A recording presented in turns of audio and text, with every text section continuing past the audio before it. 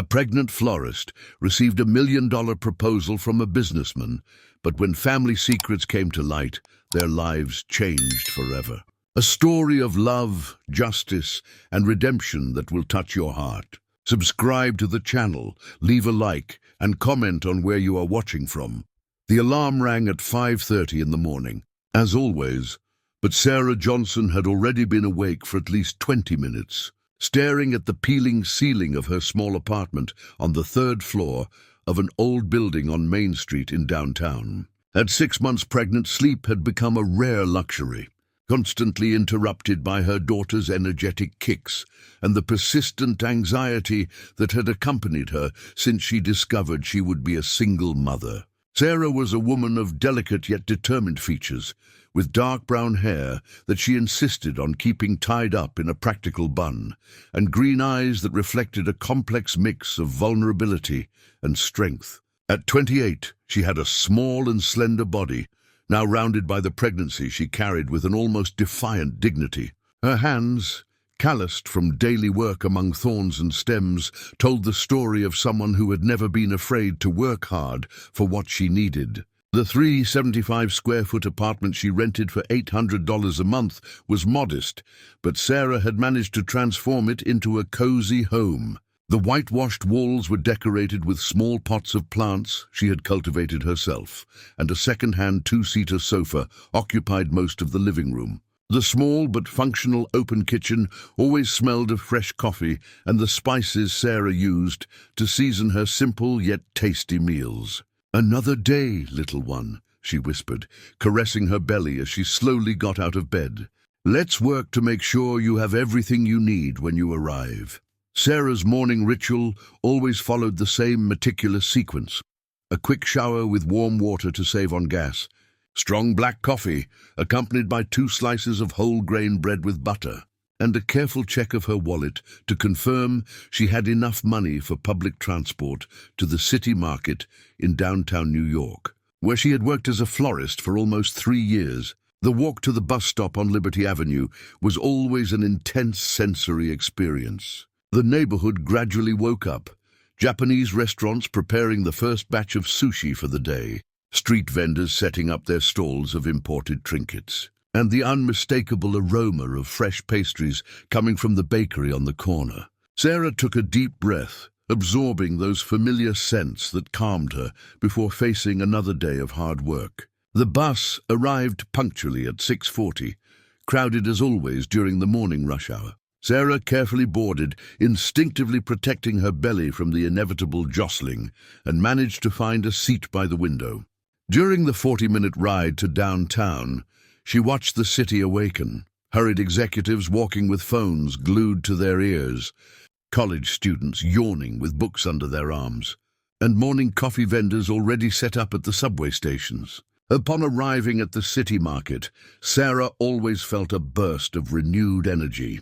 The historic building, with its Gothic towers and colorful stained glass, buzzed with activity from the early hours of the morning. The noise was deafening, vendors shouting deals, customers haggling prices, and the constant echo of carts being pushed through the cobblestone aisles. The flower shop where Sarah worked, Flowers by Mr. Smith, occupied a prime spot on the ground floor of the market. Near the main entrance, Mr. Smith, a 65-year-old man who had inherited the business from his father, was a man of few words but a kind heart. When Sarah had shown up looking for a job 3 years earlier, fresh from rural Pennsylvania, with only a suitcase of clothes and many dreams, Mr. Smith had hired her even without prior experience. "Good morning, Mr. Smith," Sarah greeted, tying on the floral apron that protected her from dirt and water stains. "Good morning, dear. How did you sleep? Did the little one let you rest?" Mr. Smith asked, arranging a bouquet of white roses with the precision of someone who had dedicated a lifetime to that art. "She's too excited to stay still," Sarah replied, smiling as she caressed her belly. "I think she's going to be a lively girl." "Just like her mother," Mr. Smith said with a paternal smile. "Today we have a special delivery to make on Fifth Avenue. An imported red rose arrangement for that businessman, Edward something. The doorman has already called 3 times confirming the delivery. Sarah nodded, accustomed to the eccentric requests of wealthier clients. As she prepared the special bouquet, her hands worked with a natural dexterity, selecting each rose by size and color intensity, creating a harmonious composition that showcased her instinctive talent for floral art.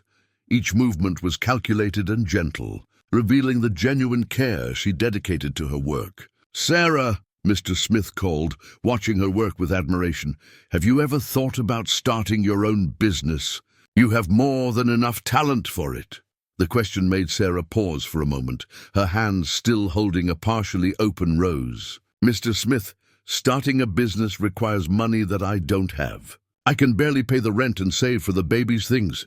Sometimes I lie awake at night doing calculations in my head, trying to stretch every penny until the end of the month. Life has its twists, dear. When you least expect it, an opportunity arises," Mr. Smith said, returning to work with a mysterious air that Sarah couldn't quite decipher. The activity in the market intensified as the morning progressed. Sarah attended to customers with her natural friendliness, recommending suitable flowers for each occasion, explaining basic plant care, and creating small, personalized arrangements that always exceeded expectations. Her pregnant belly seemed to not diminish at all. Sarah's energy and dedication impressed colleagues and clients who frequented the flower shop. Around 11 o'clock, Mr. Smith handed Sarah the address for the special delivery on Fifth Avenue. "It's in the Empire State Building, those fancy commercial buildings. Be careful with those roses. They're really expensive," he advised, carefully wrapping the arrangement in special imported paper. Sarah took the subway at Grand Central Station, protecting the flower arrangement from the typical jostling of public transport during rush hour. During the ride to Times Square, she observed the passengers, executives in expensive suits talking on the phone in English, secretaries carrying stacks of documents, and street vendors offering various products. It was a world completely different from hers, but Sarah felt no envy, just a genuine curiosity about how these people lived, who always seemed so hurried and serious. The Empire State Building impressed with its grandeur, 40 floors of mirrored glass reflecting the grey sky of New York, a marble lobby with crystal chandeliers, and uniformed doormen who treated each visitor with professional reverence. Sarah immediately felt out of place in that environment, aware of her simple clothes and the sweat trickling down her face after the walk from the subway. "Delivery for Mr. Edward Ross, 18th floor," she announced to the doorman, a burly man of about 50, who examined her from head to toe before checking the list of authorized deliveries. "You can go up." "The elevator is to the right," said the doorman, pointing to a set of golden elevators that Sarah had never imagined existed outside of movies. While waiting for the elevator, Sarah adjusted her hair and took a deep breath, trying to control the nervousness that always overwhelmed her when she needed to enter environments very different from her everyday world. The arrival of the elevator and its silent opening revealed a mirrored interior that infinitely reflected her image, multiplying her anxiety, but also her determination to complete the delivery professionally. The ascent to the 18th floor seemed to last an eternity, with Sarah watching the digital numbers change slowly as she held tightly to the rose arrangement. When the doors opened, revealing an elegant hallway with plush carpet and walls adorned with abstract paintings, Sarah took a deep breath and took her first step toward what would be the most transformative meeting of her life. The corridor on the 18th floor of the Empire State Building was a world apart, lined with imported travertine marble from Italy and illuminated by soft light emanating from discreetly recessed fixtures in the ceiling. Sarah walked slowly, her canvas sneakers making a muffled sound on the thick carpet as she searched for the room number indicated on the delivery tag. The contrast between that luxurious environment and her everyday reality was so striking that she felt like an intruder carrying her simple flowers amidst such sophistication. The golden plaque on the door read Ross Enterprises Presidency, and Sarah hesitated for a moment before ringing the bell. Through the smoked glass doors, She could see a spacious reception area with modern designer furniture and more artwork on the walls. A blonde secretary, impeccably dressed in a navy blazer, looked up from her computer and gestured for Sarah to enter. Good morning. I'm from the City Market flower shop. I have a delivery for Mr. Edward Ross, Sarah said, trying to keep her voice steady despite her nervousness. The secretary, whose badge identified her as Patricia Executive Assistant, examined Sarah with a look that mixed professional courtesy and a hint of condescension. Mr. Ross is in a meeting at the moment, but you can leave the flowers with me. I'll take care of the delivery. Actually, I need to deliver them personally, Sarah replied, recalling Mr. Smith's specific instructions. The client requested hand delivery, and I need confirmation of receipt. Patricia discreetly sighed, checking her electronic calendar.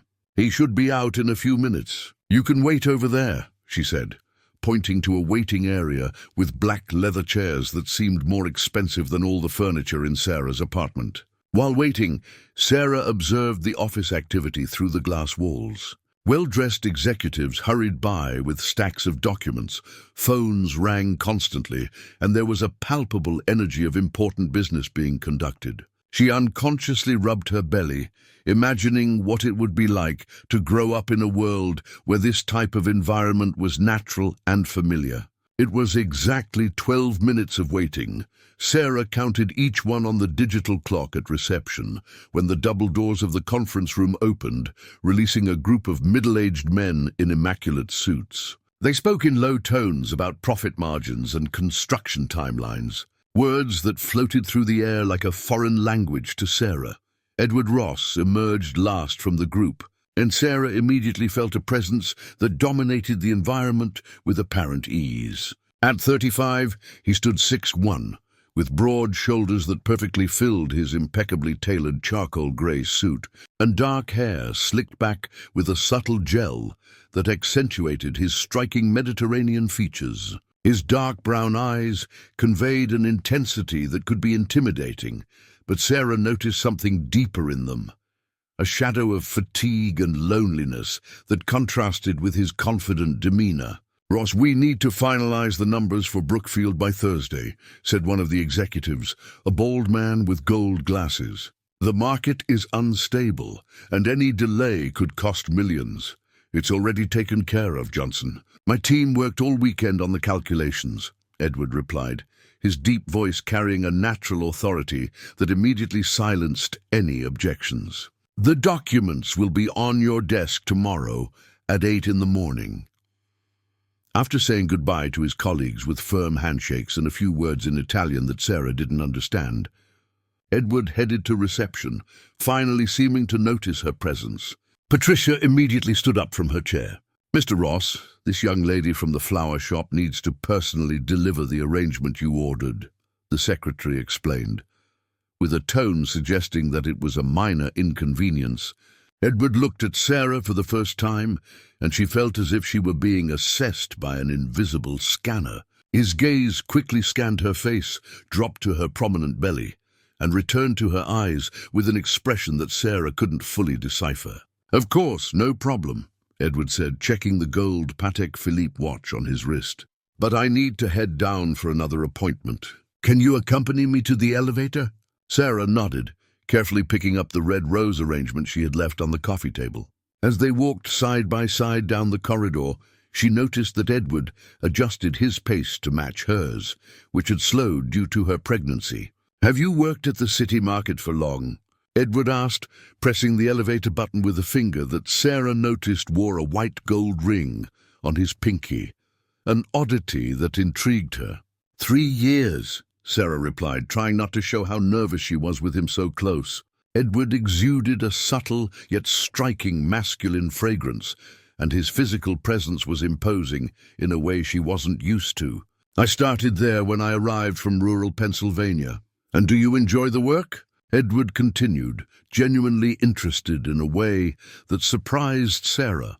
Most wealthy clients treated her like part of the furniture, barely acknowledging her existence beyond the role of delivering flowers. I love it. Flowers have a special magic, you know. They can turn someone's worst day around, Sarah said, her eyes lighting up as she spoke about her passion. With every arrangement I make, I try to put a bit of joy into it, as if it were a real gift, not just a product. The elevator arrived with a discreet ding, and the doors opened silently. Edward made a chivalrous gesture for Sarah to enter first, and she noticed he pressed the ground floor button without asking where she was going, a small courtesy that pleasantly surprised her. During the descent, Sarah decided to break the silence that had settled. "May I ask what the roses are for? Just to know if I chose the right flowers," she said, expecting a standard response about a business meeting or office decoration. Edward hesitated for a moment, and Sarah noticed a subtle change in his expression, like a mask had slipped slightly. "Actually, they are for a family lunch. My grandmother is visiting from Brazil, and she has very specific expectations about certain things." The word expectations was pronounced with a weight that Sarah didn't fully understand, but she detected an underlying tension in his voice. Before she could respond, the elevator stopped abruptly between the 12th and 11th floors. The lights flickered once, and an eerie silence settled in. "Is this normal?"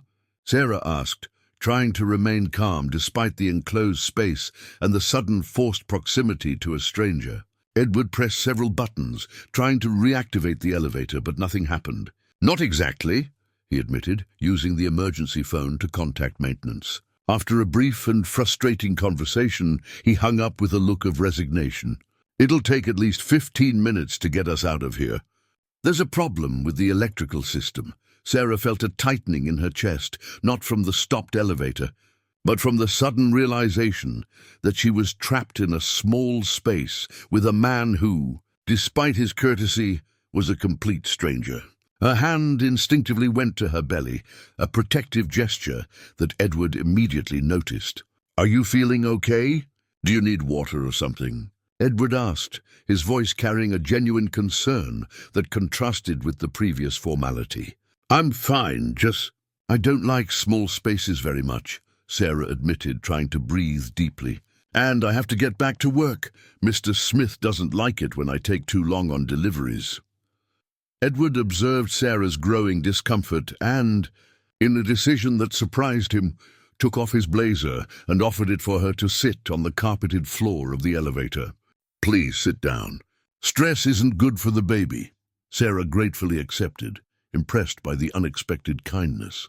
Sitting on the floor of one of New York's most expensive buildings, holding a red rose arrangement, next to a millionaire businessman who had sacrificed his expensive suit for her comfort, she couldn't help but laugh at the absurdity of the situation. "What's funny?" Edward asked, sitting down beside her, his back against the mirrored wall. This whole situation is surreal. This morning I was watering petunias at the market, and now I'm stuck in an elevator with someone who probably makes in a day what I make in a year," Sarah said, still smiling. Edward fell silent for a moment, studying her face. "And what's wrong with that? Money doesn't make anyone more or less important." "Easy to say when you have it," Sarah retorted, but without malice, just with the frankness of someone who had nothing to lose. "You might be surprised," Edward said, his voice taking on a lower, more personal tone. "Sometimes having a lot of money makes life more complicated, not simpler. Every person who approaches you, you start wondering if it's for the right reasons." Sarah looked at him with renewed attention, realizing there was something deeper behind the business facade. "It must be lonely," she said simply. The raw honesty of the observation hit Edward like a punch to the gut. No one had verbalized that truth so directly in years. "It is," he admitted, surprised by his own vulnerability. At that moment, the elevator jolted back to life, and the doors opened on the ground floor, revealing 2 maintenance technicians and a small group of people waiting. Edward stood up first and extended his hand to help Sarah, who accepted the assistance naturally. "Thank you for the roses and for the experience," Sarah said, handing over the slightly crumpled arrangement from the elevator episode. Edward took the flowers but did not. He looked. His eyes were fixed on Sarah's face, as if he were memorizing every detail. "Sarah," he said, reading the name embroidered on her apron, "can I ask you a strange question?" "Sure," she replied, intrigued. "Do you believe that sometimes fate puts people in our path exactly when we need them?" Sarah tilted her head, considering the question. "I believe life has its ways of surprising us. Why?" Edward hesitated, clearly struggling with some internal decision. Finally, he took a business card from the inner pocket of his blazer and wrote something on the back. "If you ever need anything, or if you want to talk about possibilities, call me any time." Sarah took the card, feeling the thick, expensive paper between her fingers. On the back, Edward had written his personal number in elegant handwriting. "What kind of possibilities?" she asked, but Edward was already moving toward the revolving door of the building. "The kind that can change a life," he replied over his shoulder before disappearing into the crowd on Fifth Avenue. Sarah stood in the marble lobby for several minutes, alternating her gaze between the card in her hands and the door through which Edward had exited. Something had happened in that elevator, a connection she couldn't define but felt reverberating in her chest like invisible waves. 3 days passed since the encounter in the elevator, and Sarah found herself torn between the growing curiosity about Edward Ross and the rationality that screamed to forget any thoughts about a man clearly out of her league. The business card remained tucked away in the drawer of her dresser, among old photographs and important documents. But its presence was a constant reminder of undefined possibilities that kept her awake during the nights. In the flower shop, Mr. Smith noticed Sarah's distraction. She had made 2 mistakes in giving change to customers on Monday, and on Tuesday she nearly knocked over a vase of rare orchids that cost over $300 each. Her thoughts seemed to be elsewhere, and Mr. Smith, with his wisdom from decades of observing human nature, knew how to recognize the signs of a woman with a restless heart. "Sarah, my dear, you're more distracted than a bird in mating season," Mr. Smith said on Thursday morning, while she automatically arranged a chrysanthemum arrangement without her usual attention to detail. "Do you want to talk about what's bothering you?" Sarah stopped what she was doing and looked at the man who had become a father figure in her life. Mr. Smith was nearing 70, with always messy grey hair, calloused hands that told stories of 5 decades working with soil and flowers, and faded blue eyes that reflected genuine kindness. He always wore the same blue and white checkered shirt, already worn from washing, and a leather apron that had belonged to his father. "Mr. Smith, have you ever found yourself in a situation where you can't stop thinking about someone you met only once? Someone who, in theory, shouldn't have anything to do with you?" Sarah asked, her hands still nervously fiddling with the flower stems. Mr. Smith smiled, immediately recognizing the nature of Sarah's dilemma. "Ah, so that's it. This Edward made quite an impression, didn't he?" "How did you know it was about him?" Sarah asked, surprised by her boss's insight. "Sarah, I've been working here for 45 years. I've seen a lot, and a love-struck woman has a special way of handling flowers, more delicately, more dreamily. Besides, you've never been so affected by a simple delivery," Mr. Smith replied, arranging a bouquet of daisies with precise movements. "Do you want to tell me what really happened in that building?" Sarah recounted the elevator episode, omitting only the most intimate details of the conversation. Mr. Smith listened in silence, occasionally nodding, his expression becoming more serious as the story progressed. "And he gave you his personal card?" Mr. Smith asked when she finished. "He did, but Mr. Smith, he's a wealthy businessman. I'm a pregnant florist barely making ends meet. What kind of possibilities could a man like him have with a woman like me?" Sarah said, voicing the fears that had been haunting her for days. Mr. Smith stopped working and looked directly at Sarah, his expression becoming more paternal. "Sarah, you have 2 options. Spend the rest of your life wondering, what if, or find out the answer. But remember one thing, a rich man doesn't waste time giving his personal card to just any woman. If he did, he had a reason." As Sarah pondered Mr. Smith's words, on the other side of the city, in the offices of Ross Enterprises, Edward faced his own internal battles. The meeting about to begin represented more than just a typical family gathering. It was a disguised ultimatum over lunch, an Italian tradition where destinies were decided between plates of pasta and wine glasses. The conference room had been transformed for the occasion. The polished mahogany table, usually used for corporate presentations, was covered with a white linen tablecloth imported directly from Tuscany. The china was Ginori, a family heirloom that had crossed the Atlantic with the first Rossi immigrants in the early 20th century. Arrangements of white roses, ironically different from the red ones Sarah had delivered, decorated the sides of the room, and the aroma of braised veal shank, prepared by the family's private chef, lingered in the air. Mrs. Betty Ross arrived promptly at noon, as she had done for 78 years of life. She was a small but imposing woman, standing just 5 feet tall, yet commanding any room with her magnetic presence. Her white hair was styled in a flawless bun, and she wore a black Chanel suit she had purchased in Paris in the 1980s that still fit her perfectly.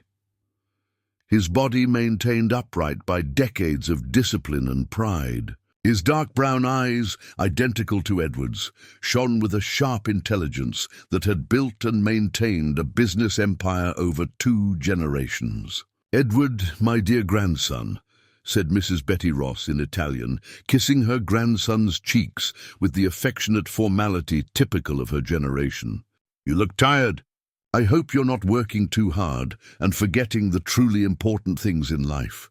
Edward was well aware of that seemingly casual tone that invariably preceded serious conversations. "Grandma, you know work is important to me. The company needs constant attention, especially with the expansion to Rio de Janeiro we are planning."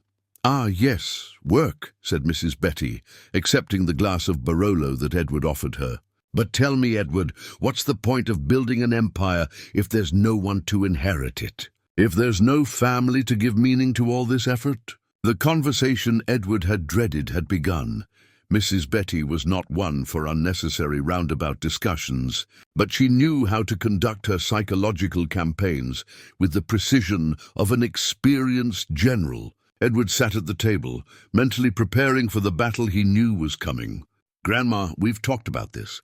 I still haven't found the right person. I'm not going to marry just to satisfy family expectations," Edward said, trying to maintain a respectful yet firm tone. "Edward, you are 35 years old. Your grandfather, may he rest in peace, had 3 children by this age. Your father, when he passed away, ensured the continuity of the family line. And you date women who are only interested in your money, attend empty parties, and use work as an excuse to avoid serious commitments," Mrs. Betty said, her voice maintaining a loving tone but carrying undeniable authority. Things were different in Grandpa's time.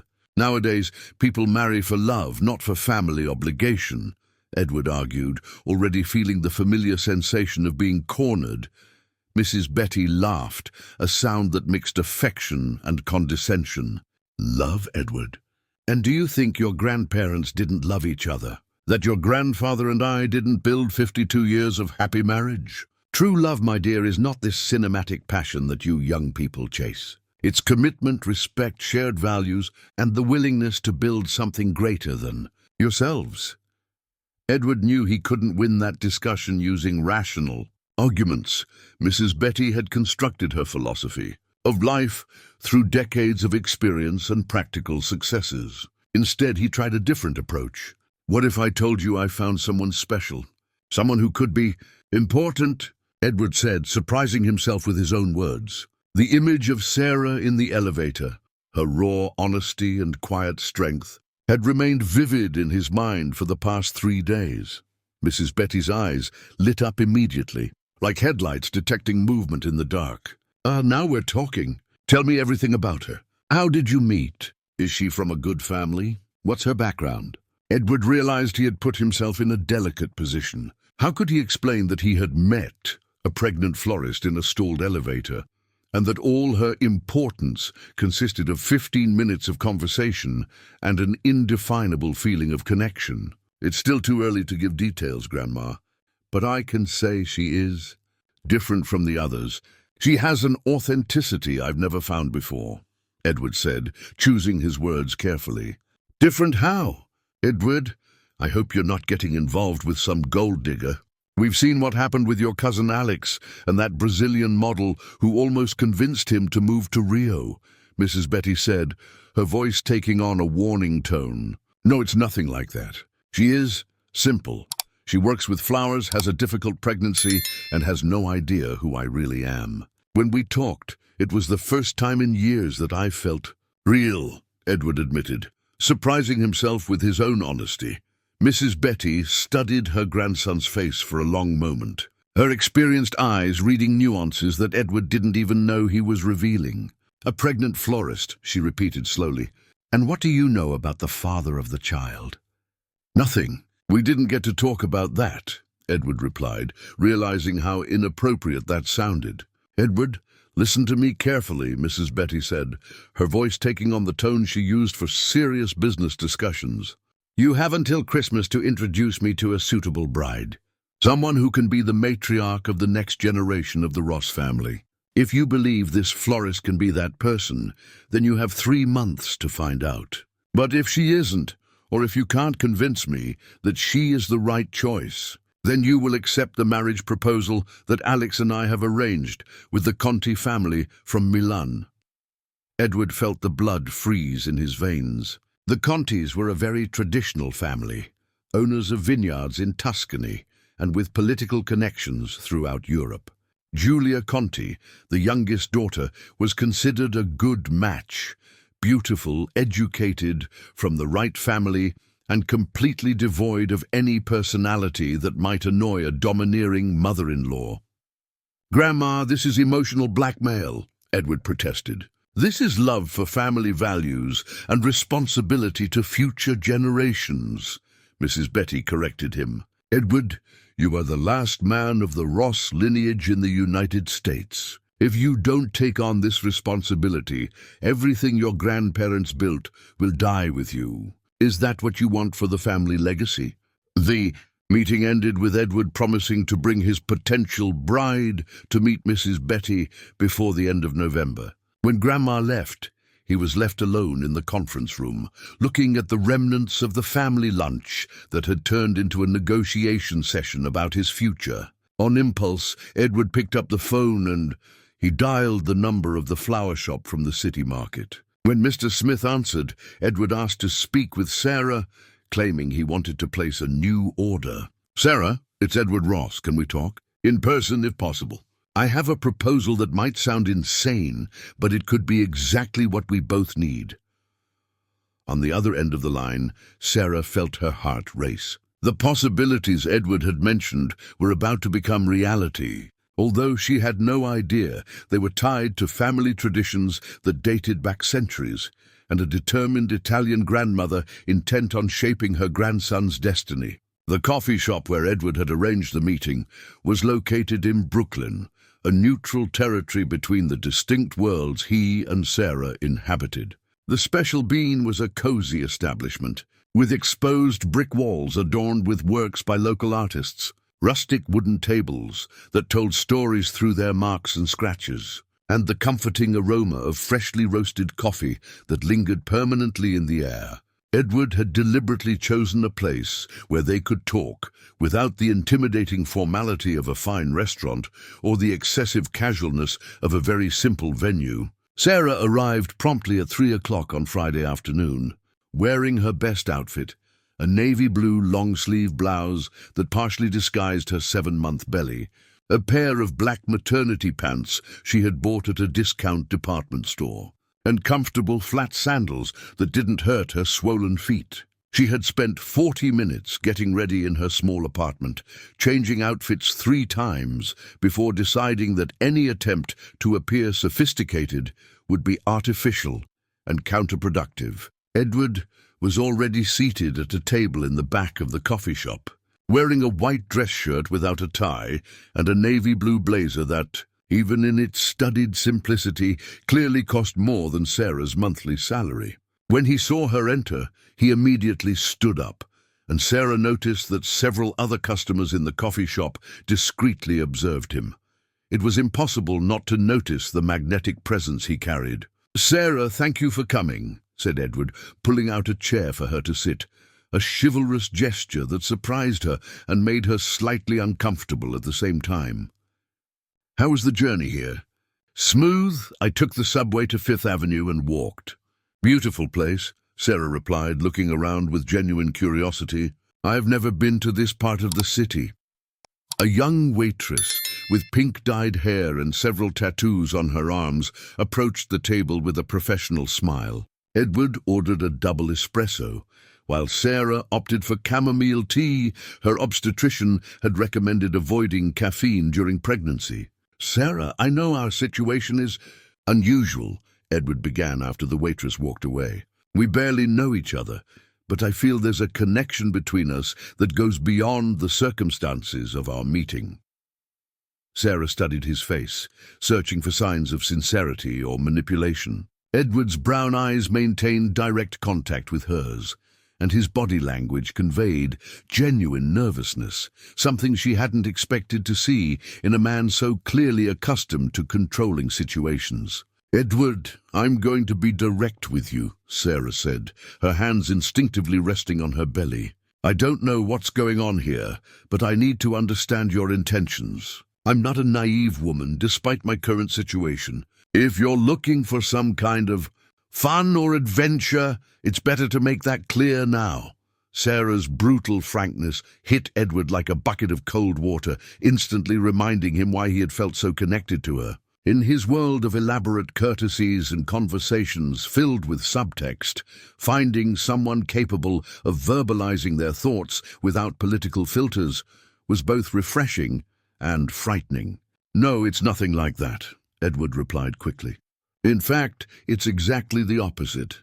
I need a convincing bride to present to my grandmother. Someone she believes is genuine, who demonstrates solid family values, and who can fool her long enough for me to find a real solution to this situation."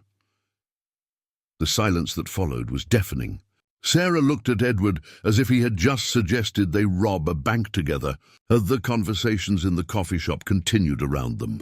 College students discussing academic papers, freelancers negotiating contracts, young couples planning weekends, but at their table time had stopped. "Are you suggesting that I pretend to be your bride?" Sarah asked slowly, making sure Sarah had understood correctly. "Not exactly pretend, more like play a role." "Temporarily," said Edward, realizing how his words sounded inappropriate even as he spoke them. "Edward, I'm 7 months pregnant. By another man. How exactly would that work in your fantasy?" Sarah said, her voice rising slightly in pitch. "That's precisely the point," Edward replied quickly. "My grandmother values family above all. A woman who is raising a child alone, who works honestly to support herself, who shows responsibility and character. That would impress her more than any empty socialite I could present." Sarah abruptly stood up from the chair, her emotions oscillating between indignation and disbelief. "You're completely crazy if you think I'm going to participate in such a farce. Using my pregnancy as a prop in a family theater it's degrading and disrespectful." "Sarah, wait," said Edward, also standing and extending his hand to stop her. "I know how this sounds, but I haven't finished explaining. I'm not asking this out of kindness. Oh, sure, because money solves everything, right?" Sarah said sarcastically, but she stopped moving away. $300,000, Edward said simply. The words fell between them like a bomb. Sarah slowly sat down, the amount echoing in her mind. $300,000 represented more money than she had seen in her entire life. It was enough to pay off all her debts, ensure a secure future for her daughter, maybe even open her own flower shop. $300,000 to pretend to be your fiancé for how long? Sarah asked, her voice now quieter. 3 months. December, January, and February. Long enough to convince my grandmother that we are serious about each other, and for me to find a real way out of this situation, Edward explained, feeling he had regained some of her attention. And what exactly would that involve? What kind of performance would be necessary? Sarah asked, struggling against her moral conscience that screamed for her to leave that cafe immediately. Some family dinners, maybe accompany me to occasional social events, meet some relatives. Nothing intimate or compromising. It would be more like a theatrical friendship, Edward said, choosing his words carefully. Sarah was silent for several minutes, absently stirring the tea that had gone cold. Edward respected her mental space, observing the conflicting emotions that passed over her face like clouds in a stormy sky. Edward, do you have any idea what you're asking? Lying to your family, deceiving a 78-year-old woman, using my vulnerable situation to solve your problems. That's not right on any level, Sarah finally said. You're right, Edward admitted, surprising her with his honesty. It's morally questionable, selfish on my part, and probably doomed to fail. But Sarah, I'm desperate. If I don't do this, I'll lose everything my father built, everything my family represents. And you could have the financial security your daughter deserves. And if they find out, what if your grandmother realizes we're lying? Sarah asked. Then we'll face the consequences together. But Sarah, you impressed me as someone intelligent and adaptable. If anyone can make this work, it's you, Edward said, his words carrying a genuine admiration that Sarah couldn't ignore. Sarah caressed her belly, feeling her daughter move as if she were also pondering the impossible decision. The money would solve all her practical problems, but what kind of person would she become if she accepted to participate in such an elaborate farce? I need time to think, Sarah finally said. It's too big to decide right now. Of course, I completely understand. How much time do you need? Edward asked. A week. I'll give you an answer next Friday, Sarah said, standing up again from the chair. Edward nodded, picking up the bill and leaving a $50 tip on the table. Sarah, regardless of your decision, I want you to know that our conversation in the elevator meant something to me. You reminded me of who I used to be before all these family complications. Sarah looked at him one last time before leaving, seeing not the millionaire businessman or the troubled heir, but a genuinely lost man looking for a way out of a maze he hadn't created. As she walked back to the subway station, a part of her already knew what her answer would be, even though her rational mind still struggled against the decision her heart had begun to make. The 7 days that followed Edward's proposal were the longest of Sarah's life. She tried to maintain her normal routine at the flower shop, but Mr. Smith immediately noticed that something had changed. Sarah was quieter, lost in thoughts that made her stop in the middle of simple tasks, as if she were constantly calculating and recalculating a complex equation in her mind. On Tuesday night, Sarah was organizing her monthly bills at the small kitchen table when the reality of her financial situation hit her with full force. The piles of bills spread out before her told a cruel story. Overdue rent, accumulating medical bills, a maxed-out credit card, and savings dwindling each week like sand slipping through her fingers. She had calculated that even working up to her due date, she wouldn't be able to save enough money for the first few months of her baby's life. $300,000, she murmured to herself, the amount echoing in the silent apartment like an impossible promise. On Wednesday, during her lunch break, Sarah decided to talk to Carla, her neighbor from apartment 3B. Carla Smith was a 32-year-old nurse who worked at General Hospital, a practical and straightforward woman who had become Sarah's closest friend since she arrived in the building. They met in the small courtyard of the building, where Carla was smoking her daily cigarette while complaining about night shifts. "Carla, can I ask you a hypothetical question?" Sarah said, sitting on the concrete bench next to her friend. "Sure, but if it's about men, I'll warn you that they're all complicated," Carla replied, exhaling a puff of smoke.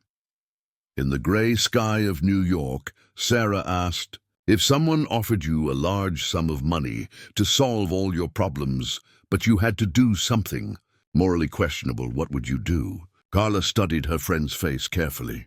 As a nurse, she had developed a keen instinct for detecting when people were hiding something important. "Sarah, this isn't hypothetical, is it?" "Someone made you a real offer," Sarah sighed, realizing she couldn't deceive Carla. "Yes, but I can't give details." "It's complicated. Is it a matter of life or death?" Carla asked pragmatically. "In a sense, yes. For me and for the baby," Sarah admitted. "Would someone get physically hurt if you accepted?" Carla continued, applying her medical logic to the situation. Not physically, no, but it would be a very elaborate lie, Sarah said. Carla extinguished her cigarette and turned completely to Sarah. Listen, dear, I see people dying every day in the hospital because they can't afford proper treatment.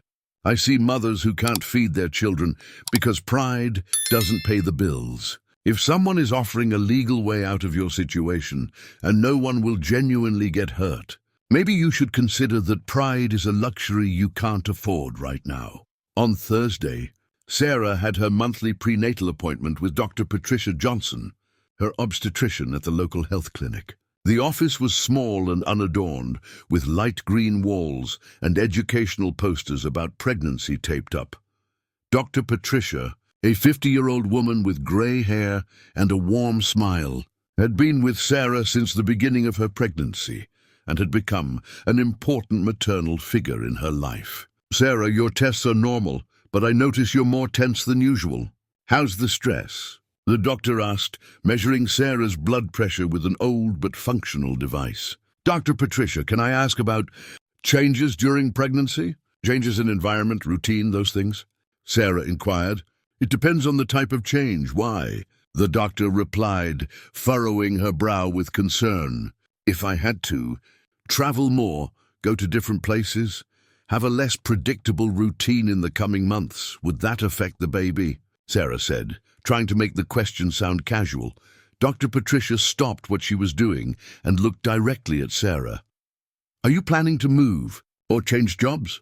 Something like that. An opportunity came up, but it would require significant changes to my lifestyle, Sarah admitted. Sarah, at 7 months, the important thing is to avoid excessive stress and maintain regular medical follow-ups. If this opportunity means less financial worry and better access to medical care, it could be beneficial. But if it means more anxiety and uncertainty, it might not be the ideal time, the doctor advised. What if it was a chance to secure a better future for the baby, but it required sacrificing some personal principles? Sarah asked, her voice almost a whisper. Dr. Patricia held Sarah's hands firmly in a maternal grip. Dear, a mother makes sacrifices she never imagined making. The important thing is that it be a conscious decision, that you protect yourself, and that you remember your daughter needs a psychologically healthy mother more than anything else. On Friday morning, Sarah woke up knowing she had made her decision. It hadn't been a moment of dramatic revelation, but rather a gradual understanding that had grown throughout the week. While preparing her morning coffee, she looked around the small apartment that had become her refuge and realized that, as much as she loved it, it represented limitations she didn't want to pass on to her daughter. At work, Mr. Smith immediately noticed the change in Sarah's posture. She was more determined. Her movements had a resolve that hadn't been present the week before. You've made an important decision, haven't you? Mr. Smith asked, arranging a white lily bouquet. Yes, Mr. Smith, and it may change a lot in my life in the coming months, Sarah replied, her hands working automatically with the flowers, while her mind processed the implications of her decision. I hope it's for the better, dear. You deserve good things, Mr. Smith said with paternal affection. At 3 in the afternoon, Sarah called Edward from the flower shop's phone. Her voice was calm but determined when he answered on the second ring. Edward, it's Sarah. I accept your proposal. On the other end of the line, Edward felt a mix of relief and terror. He had spent the entire week alternating between hope and certainty that Sarah would reject the absurd idea. Are you sure? We can discuss the details more before you decide definitively, Edward said, giving her one last chance to back out. I'm sure. But I want to set some rules, Sarah said firmly. Of course, whatever you need. First, nothing physical beyond what is absolutely necessary to convince your family. Second, if at any point I feel uncomfortable or insecure, I can walk away without penalties. Third, half of the money deposited before we start, half at the end. And fourth, your grandmother can never find out about my real financial situation. I don't want her to think I'm doing this for the money, even if it's true. Edward smiled on the other end of the line. impressed by how Sarah had thought through the practical aspects of the situation. "I agree to everything. When can we meet to discuss the details?" "Tonight, if possible. I want to start this before I change my mind," Sarah said. "Perfect. I'll pick you up at 7. We can have dinner somewhere private and talk about how this will work." After hanging up the phone, Sarah stood still for a few minutes, absorbing the magnitude of what she had just accepted. In a matter of hours, her life had completely changed direction. She was about to enter a world she only knew through movies and magazines, pretending to be someone she wasn't and lying to people she didn't even know. But when she felt her baby move in her belly, as if reacting, Sarah knew she had made the right choice with her mother's decision. It might not be morally perfect, but it was the choice that would give her daughter the opportunities she herself had never had. At 6:30 in the evening, Sarah stood in front of the mirror in her small bathroom, trying to decide what to wear for her first official date as Edward Ross's fiancée. She had chosen a simple black dress that partially concealed her pregnancy, had her hair styled in a low bun, and applied subtle makeup that highlighted her green eyes. When Edward arrived promptly at 7, driving a black BMW that completely contrasted with the simplicity of the downtown neighborhood, Sarah took a deep breath and went downstairs to meet him. As she walked toward the car, she knew she was leaving behind not just her old life, but also part of her identity. The question that remained was, who would she become by the end of these 3 months? Edward got out of the car to open the door for her, a gesture that Sarah knew she would have to get used to. When their eyes met, they both realized they were about to embark on something much more complex and transformative than either of them had initially imagined. "Ready for this?" Edward asked, his voice carrying a vulnerability that contrasted with his confident appearance. "As ready as I can be," Sarah replied, getting into the car that would take her to a new life full of possibilities and dangers she still couldn't fully imagine. The restaurant Edward had chosen for their first official date was a hidden gem in Brooklyn, a place called Mamma Mia, specializing in authentic Italian cuisine. The establishment occupied a converted old house, with only 12 tables arranged in 2 intimate rooms, walls decorated with black and white photographs of 1950s Italy, and soft lighting that created a romantic atmosphere without being overly formal.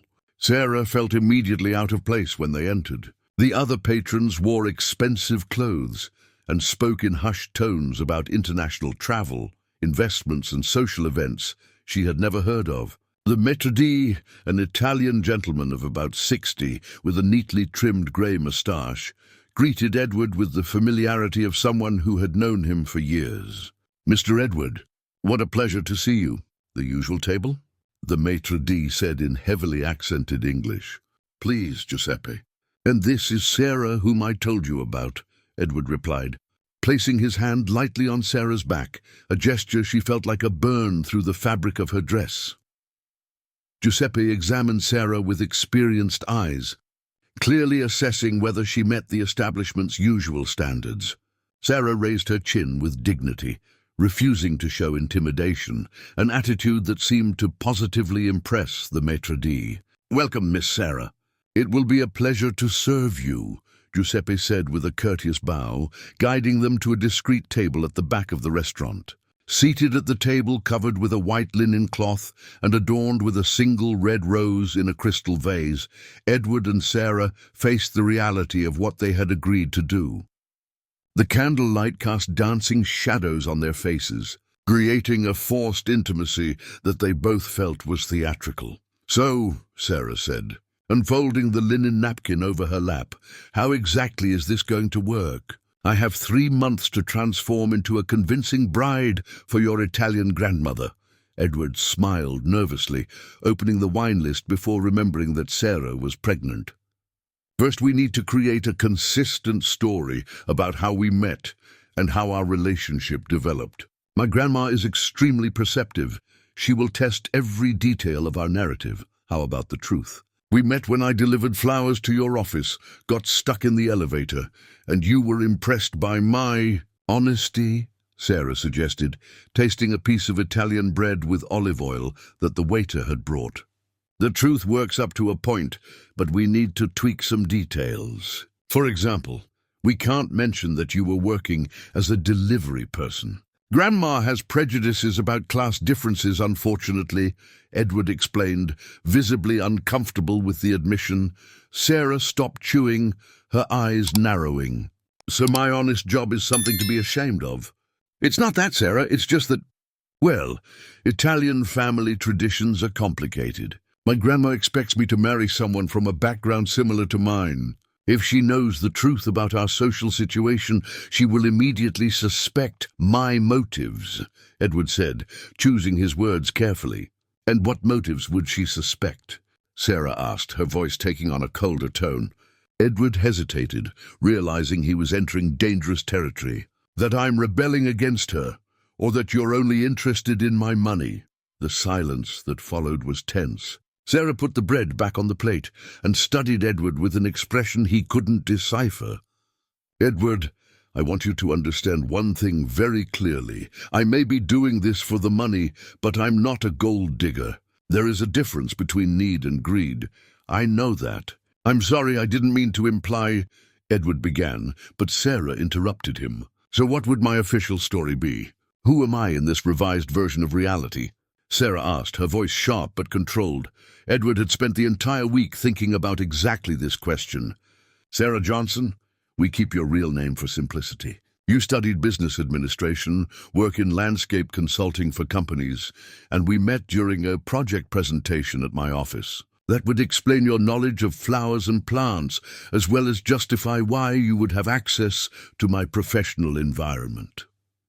Sarah nodded slowly, processing the fabricated narrative. And my pregnancy? How do we explain that? And you were married, your husband died in an accident 6 months ago, and you found out you were pregnant shortly after his death. It's a sad yet respectable story, Edward said, looking at her earnestly. That evokes sympathy instead of judgment, said Edward, closely observing her reaction. Sarah's expression changed completely, her features hardening, with a cold anger that Edward had never seen before. You want me to lie about losing a husband? To use an invented tragedy to gain sympathy? Sarah, I know it sounds bad, but Edward tried. Sounds bad. Edward, that's disgusting. Using the real pain that others feel, inventing a loss I never suffered. That's crossing every line, Sarah said, her voice trembling with indignation. Edward realized he had made a serious mistake. You're right. That was insensitive of me. We can think of something else. And what's the truth about my baby's father? Sarah asked, challenging him to suggest other elaborate lies. Sarah took a deep breath, deciding that if they were going to lie about everything else, at least this part would be honest. Rodrigo, I dated him for 2 years. When I found out I was pregnant, he said he wasn't ready to be a father and disappeared. Changed his phone, left his job, just vanished from my life as if he had never existed. The raw pain in Sarah's voice hit Edward like a slap. For the first time, he truly realized what this woman had faced alone. Abandonment, an unplanned pregnancy, financial instability, all while trying to maintain her dignity and work to survive. We can use this, Edward said gently. A relationship that ended when you were pregnant. We don't need to invent tragedies. The waiter approached the table, a young man with an Italian accent who had clearly been trained to be discreet. Edward ordered braised veal shank with saffron risotto, while Sarah chose a simple pasta with fresh tomato sauce, aware that she needed to avoid overly elaborate dishes that might reveal her inexperience with sophisticated food. Edward, I need to understand your family better before meeting them, Sarah said after the waiter walked away. Tell me about your grandma. What is she really like? Edward swirled the red wine he had ordered, organizing his thoughts. Mrs. Betty is formidable. She's 5'3", but commands any room she enters. She lost my grandfather 10 years ago, but continued to run the family business with an iron fist. She deeply believes in tradition, family, and responsibility to future generations. And does she like you? Sarah asked. Loves me fiercely, but in a way that's sometimes suffocating. To her, love means control. She believes she knows what's best for me more than I do, Edward explained. When my parents died, she became my mother, my father and my boss all at once. How did they die? Sarah asked gently. Edward fell silent for a moment, clearly struggling with painful memories. A car accident. I was 20 in college. Suddenly, I had to take on responsibilities I wasn't prepared for. Grandma guided me through it all, but she also shaped who I became in ways I sometimes question. Sarah began to better understand the complexity of Edward's situation. And other family members? Who else will I have to interact with? My cousin Alex is the most complicated. He always wanted my position in the company, and he'll probably try to destabilize our relationship if he suspects it's fake. There are also some uncles and more distant cousins, but Grandma is really who matters, Edward said. Dinner arrived, and Sarah was impressed by the quality of the food. Each bite was an explosion of flavors she had never experienced. Edward noticed her genuine pleasure with the meal and felt a pang of guilt for introducing her to luxuries she wouldn't be able to maintain after the agreement ended.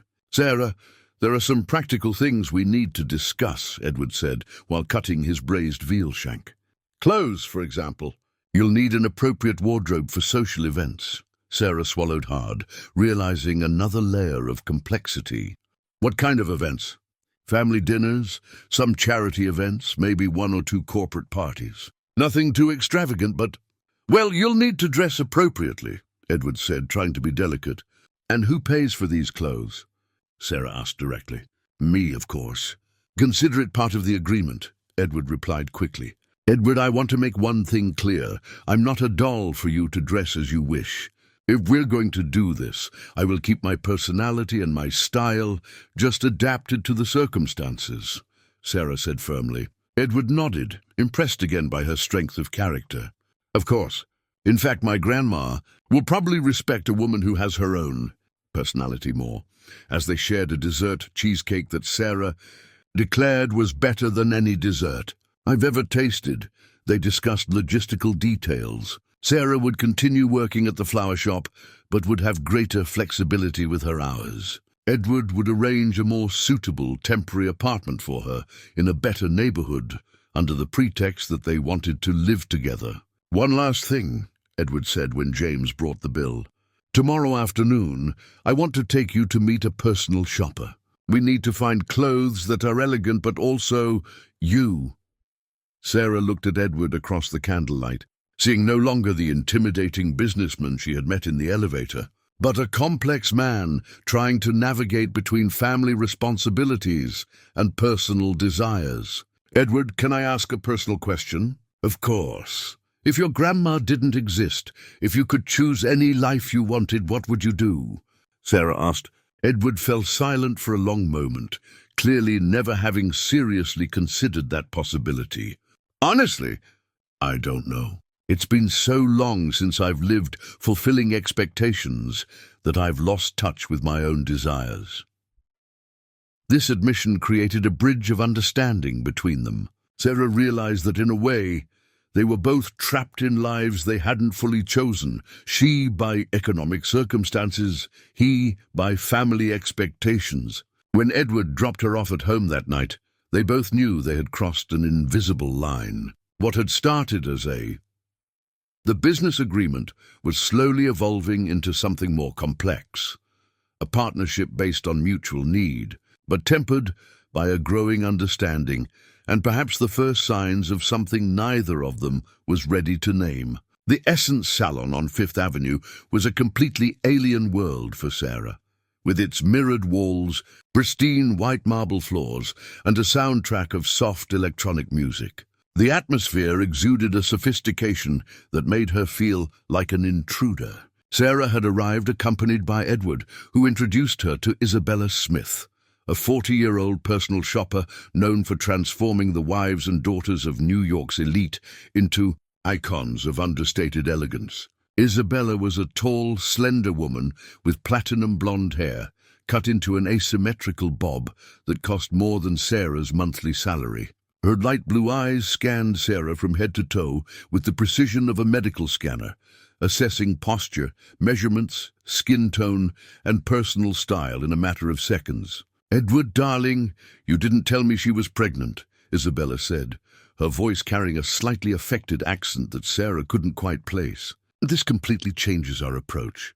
We'll need pieces that accommodate body changes without compromising elegance." Sarah felt like an object being discussed in the third person. "Actually, I can speak for myself," she said, trying to maintain a respectful yet firm tone. "And I'm in my 7th month, so the changes are quite obvious." Isabella smiled, a professional smile that didn't reach her eyes. "Of course, dear. We'll work together to find the perfect style for you. Edward told me you have some important events coming up in the next few months." The next 3 hours were an emotional roller coaster for Sarah. Isabella guided her through exclusive boutiques where each piece cost more than her monthly rent, trying on designer dresses she had only seen in magazines. The process was both exhilarating and humiliating. Exhilarating because Sarah had never seen herself so elegant. Humiliating because every comment from Isabella about enhancing her appearance implied there was something fundamentally wrong with her natural style. "This color enhances your green eyes magnificently," Isabella said, adjusting a navy cashmere dress that cost $2,800, and "the empire cut disguises the belly while maintaining a sophisticated silhouette." Sarah looked at herself in the mirror and barely recognized the woman reflected back. The dress was beautiful, but she felt like she was wearing a theater costume. "It's very pretty, but I don't feel like myself," she admitted. "Dear, that's exactly the point," Isabella said, with barely concealed condescension. "We're creating an enhanced version of you. Edward explained that you'll be attending very specific environments where appearance is crucial." Edward, who had remained silent for most of the process, noticed Sarah's growing discomfort. "Isabella, perhaps we can find a middle ground. Something elegant, but that retains Sarah's personality. Edward, with all due respect, you hired me to do a specific job. If you want mediocre results, you can go to any department store," Isabella retorted, clearly irritated by the interference. Sarah felt a surge of anger that surprised her with its intensity. "You know what, Isabella? I appreciate your expertise, but I don't need an enhanced version of myself. I need clothes that allow me to feel confident being who I am, not pretending to be someone else." The silence that followed was tense. Isabella looked at Edward as if expecting him to rein in his rebellious fiancée, but Edward surprised both women. "Sarah is right," he said, his voice carrying a calm authority. "Isabella, we need pieces that enhance her natural beauty, not transform her into someone she isn't. My family will immediately notice if she's uncomfortable or pretending to be someone else." Isabella sighed dramatically, but adjusted her approach. The next pieces she brought were more subtle. A simple black dress, but with impeccable tailoring. A dark green silk blouse that highlighted Sarah's eyes, and a structured blazer that conveyed authority without sacrificing femininity. "Now that's it," Sarah said, looking at herself in the mirror with the navy blazer over a white blouse and a black midi skirt. "I feel like a more polished version of myself, not like an actress playing a role." Edward felt something tighten in his chest as he saw her. Sarah looked stunning, but more importantly, she seemed confident and authentic. "Perfect," he said, his voice rougher than he intended. After shopping, Edward took Sarah to lunch on the terrace of an upscale shopping mall, a place with a panoramic view of the city where executives held business meetings over artisanal sushi. Sarah was still wearing one of the new outfits, the navy blazer with tailored black pants adapted for maternity, and felt simultaneously powerful and out of place. "Thank you for standing up for me in there," Sarah said, trying a piece of salmon sashimi that literally melted in her mouth. "I thought you were going to agree with her about me needing a radical transformation.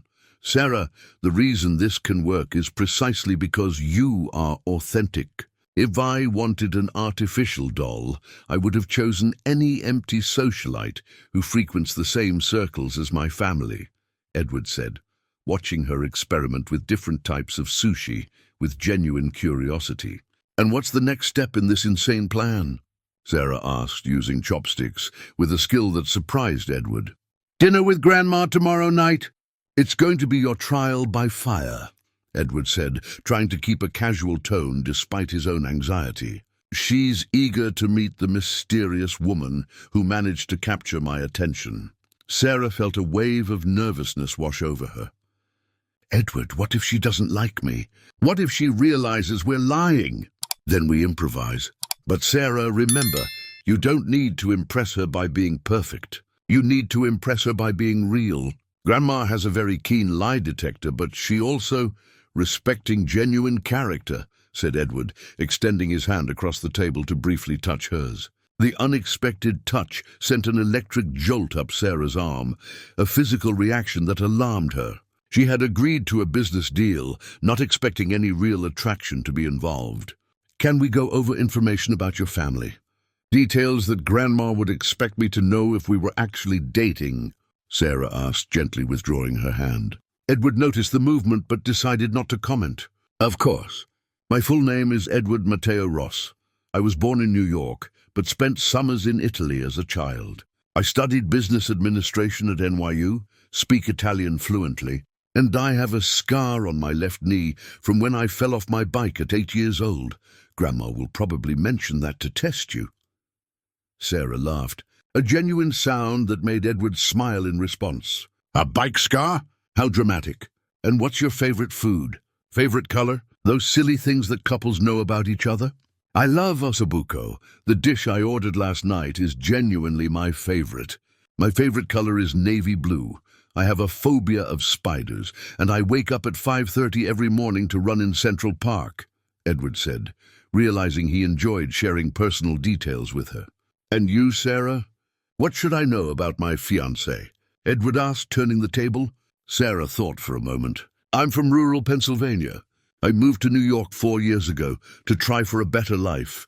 I love rain, hate horror movies, and my biggest dream has always been to have my own flower shop. Oh, and I make the best sugar bread you've ever tasted. Sugar bread? Edward asked, intrigued. It's a recipe from my grandma. When I was a child, every Sunday she would make freshly baked sugar bread for afternoon coffee. It's one of the few good things I remember from my childhood, Sarah said, her eyes becoming distant for a moment. Was your childhood difficult? Edward asked gently. Sarah hesitated, deciding how much truth to share. My parents separated when I was 12. My mom worked 2 jobs to support us, so I grew up very independent. I learned early on that I can only rely on myself.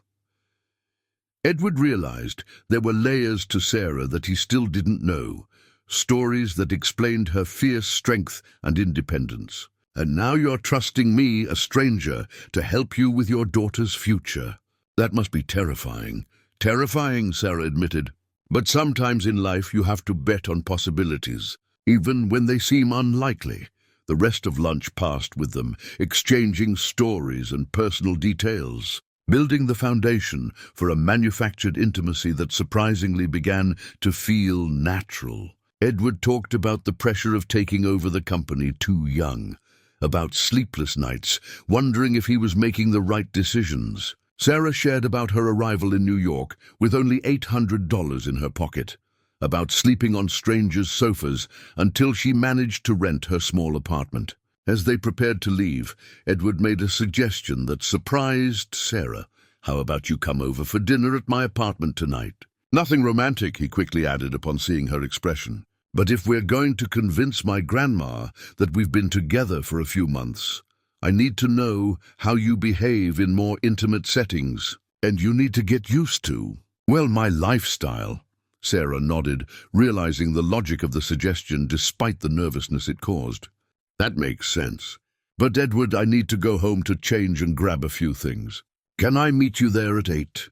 Perfect. I'll prepare something simple. I don't want to intimidate you on the first day, Edward said, handing her a card with his address. When they parted at the exit of the shopping mall, both carried more than just bags of expensive clothes. They carried with them a growing understanding that what had started as a business agreement was becoming something much more complex and potentially dangerous for their hearts. Sarah spent the rest of the afternoon in her apartment, alternating between excitement and panic. At 7:30, wearing one of her new blouses with her most presentable jeans, she took a taxi to the address Edward had given, a residential building in an upscale neighborhood that was even more impressive than his office. As she ascended in the elevator to the 23rd floor, Sarah caressed her belly and whispered to her daughter, "Well, little one, let's find out how the other half-lives. And let's hope we don't get lost in the process." Edward's apartment in the upscale neighborhood was a silent testament to generational privilege and refined taste. When Sarah crossed the front door, a piece of solid Italian wood that cost more than an economy car, she found herself in an environment that seemed to have come straight out of the pages of an international architecture magazine. The 800-square-foot living room had double-height ceilings, floor-to-ceiling windows offering a panoramic view of illuminated New York, and designer furniture that she vaguely recognized from home decor television shows. "Oh my God," Sarah murmured involuntarily, stopping in the middle of the room to absorb the magnitude of the space. Edward, who had changed from his suit to a navy polo shirt and beige chinos, noticed her reaction with a mix of pride and discomfort. "It's a lot, I know. I inherited the apartment from my father, and Grandma insisted on hiring an Italian decorator to keep it suitable for the family's status." Sarah walked slowly through the room, her fingers delicately touching the surface of a marble coffee table that probably cost more than her annual income. The walls were adorned with paintings that she suspected were originals, not reproductions, from artists whose names she had heard in cultural documentaries on PBS. "Edward, I need to be honest with you," she said. Sarah stood in front of the window that revealed New York stretching infinitely under an orange sunset sky. "I feel like an actress who has been cast for a role without having read the entire script. This level of wealth is so far removed from my reality that I don't even know how to process it." Edward approached her, maintaining a respectful distance while offering his presence as support. "I understand, and I can imagine how overwhelming this must be. But Sarah, remember, you don't have to pretend you were born into this world. The story we've created is that we've only known each other for a short time. It's natural that you're still adapting to my lifestyle." "And what exactly is your lifestyle?" Sarah asked, turning to study his face. "Besides apartments that look like museums and cars that cost a fortune." Edward hesitated, realizing he had never really articulated his own existence to someone outside his social circle. "I wake up at 5:30, run 10 kilometers in Central Park, work 10 to 12 hours a day, have dinner alone most nights while watching financial news, and sleep with my phone next to the bed in case there's a business emergency." The melancholic simplicity of the description hit Sarah like a revelation. "That sounds lonely." "It is," Edward admitted with an honesty that surprised him, "but it's the life I inherited along with the responsibilities." Sarah looked around again, but this time seeing not just the luxury, but also the sterile coldness of the environment. "Edward, where are your personal photographs? Your favorite books? Anything that tells who you are beyond business?" The question left him momentarily speechless.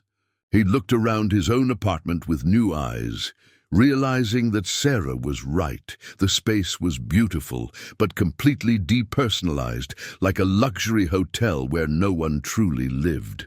"In my private office," he finally said, guiding her to a room she hadn't seen yet.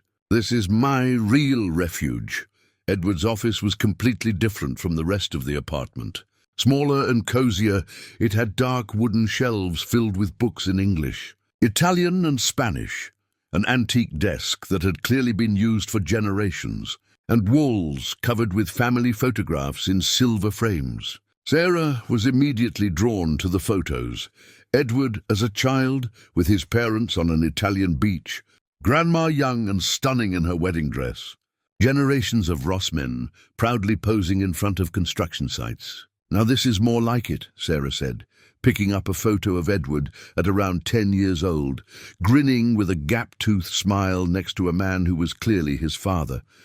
Here's the real person.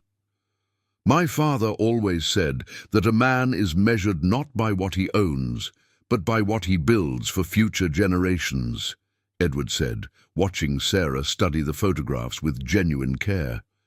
Sometimes I wonder if I'm honoring that philosophy or just maintaining a facade. Sarah put the photo back in place and turned to him. Edward, can I ask a question that might be very personal? Of course. Have you ever truly fallen in love? Not out of family obligation or convenience, but with someone who made your heart race just by being in the same room as you. The question hit Edward like a punch to the stomach. He fell silent for a long moment, nervously fiddling with a gold pen that was on the desk. Once, he finally admitted, in college. Carla was a medical student, daughter of a mechanic from the industrial area. She was smart, funny, and completely indifferent to my money. We dated for 2 years. What happened? Sarah asked gently. Grandma found out. She did a thorough investigation into her family, found some debts of her father and, well, made an offer that she couldn't refuse. She paid off the debts in exchange for Carla to stay away from me, Edward said, his voice carrying an old bitterness. Sarah felt a wave of anger on behalf of young Edward. And you let that happen?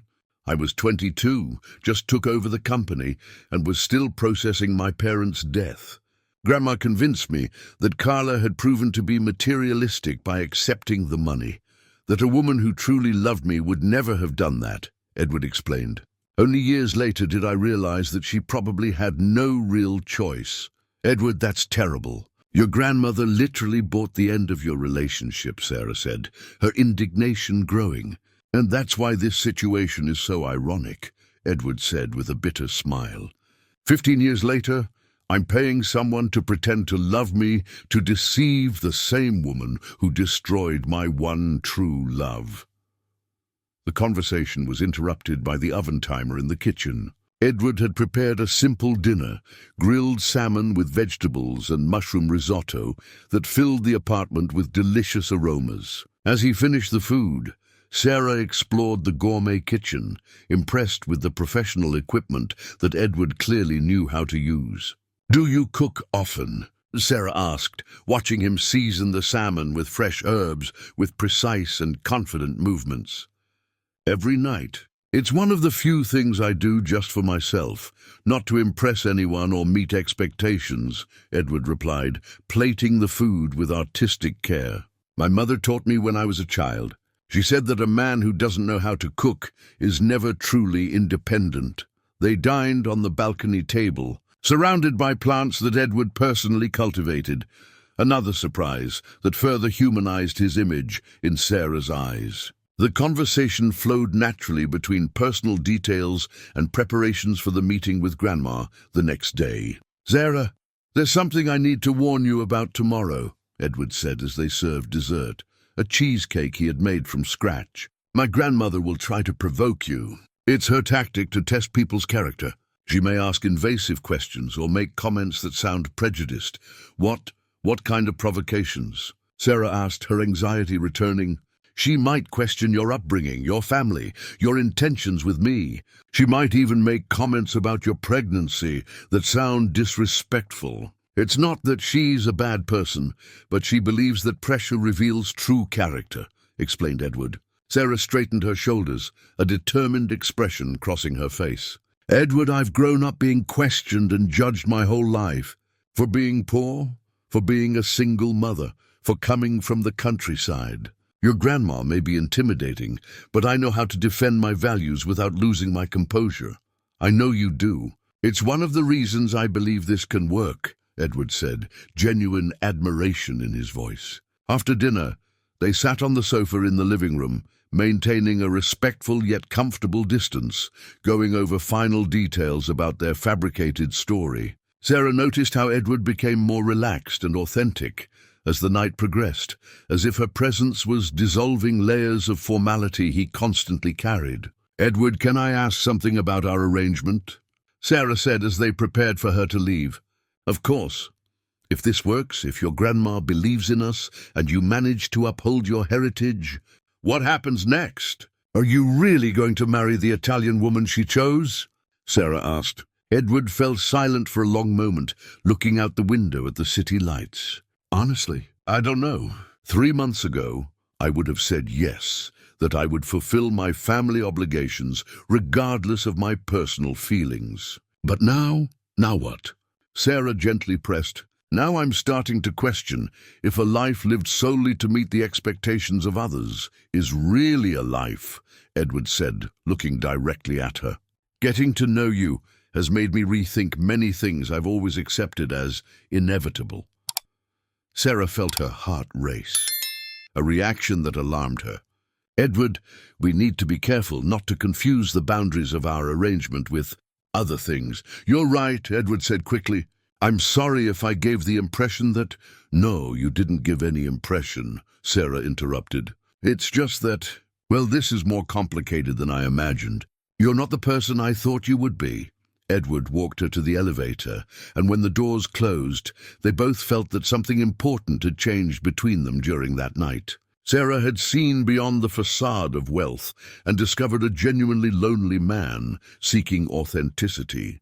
Edward had found in Sarah not just an ally in his charade, but someone who challenged him to question everything he had accepted about his own life. As the taxi took Sarah back to downtown, she caressed her belly and whispered, "Little one, I think your mommy is wading into much deeper waters than she planned. And I'm not sure I know how to swim in these depths." On the other side of the city, Edward remained on the balcony of his apartment for hours, gazing at the lights of New York and wondering when exactly he had stopped thinking of Sarah as a hired employee and started seeing her as a woman who was fundamentally changing his perspective on what life could be. The restaurant Il Castello in the upscale neighborhood was the kind of establishment that exists solely to cater to the most exclusive elite of New York. With only 15 tables, an Italian chef who had worked in Michelin-starred restaurants in Rome, and a 3-month waiting list. It was the perfect place for Mrs. Betty to evaluate her grandson's supposed fiancé. Sarah arrived at the restaurant at 7:30 on Saturday night, wearing the navy cashmere dress she had bought with Isabella, a simple pearl necklace that Edward had borrowed from a jewelry store, and a forged confidence that masked her frayed nerves. Edward was waiting for her in the lobby, impeccable in a charcoal grey suit that accentuated his imposing height and intense brown eyes. When he saw her enter, he immediately approached, offering his arm in a gesture that was already becoming natural between them. "You look stunning," Edward said softly, and Sarah realized that the compliment carried genuine sincerity, not just theatrical courtesy. "I'm terrified," Sarah admitted, nervously adjusting the pearl necklace. "I spent the whole afternoon rehearsing answers to questions she might ask, but I'm sure I'll forget everything as soon as I see her." "Sarah, breathe," Edward said, gently placing his hand over hers on his arm. "Remember, you don't need to impress her by being perfect. You need to impress her by being you." Mrs. Betty was seated at the corner table of the restaurant, a strategic position that allowed her to observe the entire room while maintaining privacy for important conversations. At 78, she was exactly as Edward had described, small in stature but imposing in presence, with silver hair styled in an impeccable chignon, wearing a black designer outfit she had bought in Milan in the 1990s that still fit perfectly. Her dark brown eyes, identical to Edward's, were sharp and intelligent, examining each person who entered the restaurant with the precision of a hawk. When Edward and Sarah approached the table, Mrs. Betty stood up with the elegance of a queen receiving subjects. Sarah immediately noticed that the woman radiated natural authority. She didn't need to speak loudly or make dramatic gestures to command attention and respect. "Grandma, this is Sarah," Edward said in Italian, kissing his grandma's cheeks with filial reverence. "Sarah, my grandmother, Mrs. Betty Ross." Sarah extended her hand for a formal handshake, but Mrs. Betty surprised her by pulling her in for cheek kisses, a gesture that could be interpreted as warmth or as an opportunity to evaluate her closely. "Finally, I meet the woman who has captured my Edward's attention," Mrs. Betty said in Portuguese with a musical Italian accent. "He has spoken so much about you that I started to think you were a figment of my imagination. The pleasure is all mine." "Mrs. Betty," Sarah replied, trying to balance respect and confidence in her voice. "Edward told me wonderful stories about you and the Ross family." "Ah, stories," said Mrs. Betty with a smile that didn't reach her eyes. "I hope he included the less glamorous parts as well. Men tend to romanticize the past when they want to impress a beautiful woman." Sarah immediately felt she was being tested. "Actually, he told me about the challenges they faced when they arrived in the United States, about how your grandparents built everything from scratch. I find those stories much more impressive than any glamour." Mrs. Betty raised an eyebrow, clearly intrigued by the response. "Interesting perspective. And tell me, dear Sarah, what do you think about the responsibilities that come with being part of a family like ours?" The question was a disguised trap, and Sarah knew it. She took a deep breath, recalling Edward's advice about honesty tempered with diplomacy. "I believe that strong families are built on love, loyalty, and shared values, not just on traditions or expectations," Sarah said carefully. "Edward has taught me a lot about the importance of family, and I deeply admire the legacy you have built. And you, Sarah, what legacy do you intend to leave for your children?" asked Mrs. Betty, her words carrying multiple layers of meaning. Sarah instinctively caressed her belly, a gesture that did not go unnoticed by the matriarch's sharp eyes. "I want to teach my daughter that character is worth more than any material wealth, that honest work brings dignity, and that she can achieve anything if she is willing to fight for it." "Your daughter," repeated Mrs. Betty slowly. "Edward told me about your situation. It must be very difficult to face motherhood alone." Sarah felt a pang of anger at how the question was phrased, not as empathy, but as veiled judgment. "It has been challenging, yes, but it has also taught me that I am stronger than I thought. And now I am not alone anymore," she said, glancing briefly at Edward. Edward sensed the rising tension and decided to intervene. "Grandma, Sarah has an extraordinary talent with plants and flowers. You should see the arrangements she creates. They are true works of art." "Oh, you work with flowers?" asked Mrs. Betty, as if Edward hadn't just explained that. "What kind of business do you have?" Sarah realized she was being led into dangerous territory. If she said she worked as an employee in a flower shop, she would reveal her true economic situation. But lying about something so specific would be risky. "I work in landscaping and special project consulting," Sarah said, technically true considering that she sometimes suggested arrangements for special clients of the flower shop. "It's a job that allows me to combine creativity with technical knowledge about plants."